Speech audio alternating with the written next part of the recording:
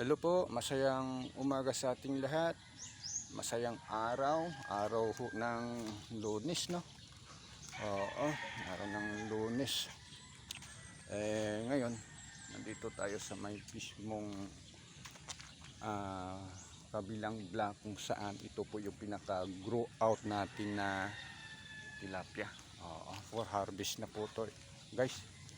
Pero ngayong umaga na to, monitor natin yung tubig dahil lumalaki yung tubig natin sa loob. Para po sa inyong kaalaman ay kagabi o kahit nung isang linggo pa, hindi man tuloy-tuloy pero tigil lang kunti. Tapos maya ay pangalan nito, uulan na naman. Kaya ito ngayon ang lagay dito.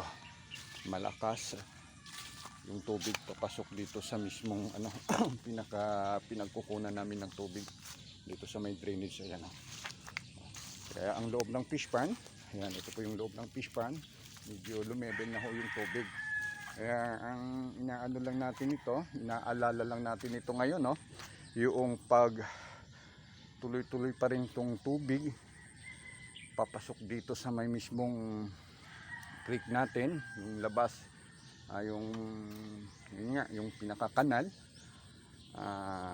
aapaw talaga yung tubig dito sa may fish pan. Sana wag man lang ho, no? Kasi sa ngayon, hindi lang dito malakas ang ulan, maging doon sa may mismong bundok, bulubundukin. Kaya pag baba ng tubig punta rito, hindi kaya ng namin doon, pinakakanal. Ayan, ito po yung lagay natin yan. For grow out na to, for ano na to siya sana, guys, no? Pangalan ito, for harvest na to. Schedule, kaya inaantay na lang sana namin yung pag tumigil na ang ulan. Pero sa ngayon hindi pa tayo makasigurado, kasi katulad kahapon, yung araw, sikat ng araw, umaga pa lang lumabas yung araw, mainit.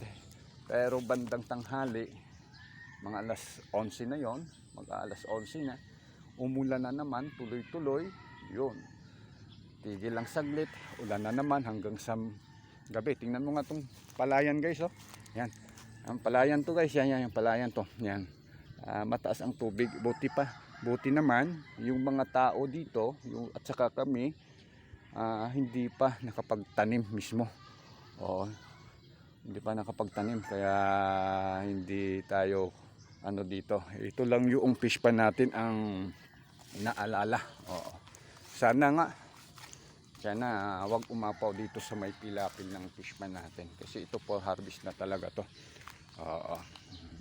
Kaya napapansin nyo, nilagyan ko siya ng net para, kasi yung tubig kasi na galing sa kanal o sa creek ay pumapasok na dito sa mismong loob ng fish pan.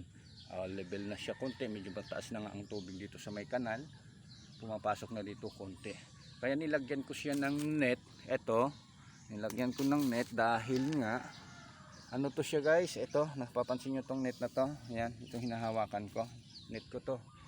Hinaharang ko dito sa mismong PVC, kung saan ko nilagay yung PVC na para dito maglabas ng tubig o magpapasok ng tubig. Kasi yung itaas ng PVC kasi may malaking butas, bumigay yung lupa na tinabon nilagay natin. Sa sobrang lakas ng ulan ng isang araw o kahapon, medyo bumigay yung natin, yung lupa. Kaya hinarangan ko, kasi inaalala natin baka mamaya makalabas yung tilapia natin sa loob ng fish pan, no? Makalabas, sayang naman. Ayan, guys, ang ganda. Sana tuloy-tuloy na tong araw na to, yung init na to, huwag na sanang umulan para kahit papaano ma-harvest na natin itong ating tilapia dito sa mismong pangatlong block. Okay, yan lang muna, guys, no? Para sa inyong kaalaman dito ngayon. Huwag lang ninyong kalimutan na i-follow yung Erdis Pan Life, no, sa may YouTube channel ko. Okay, guys, maraming salamat and good luck po sa ating lahat.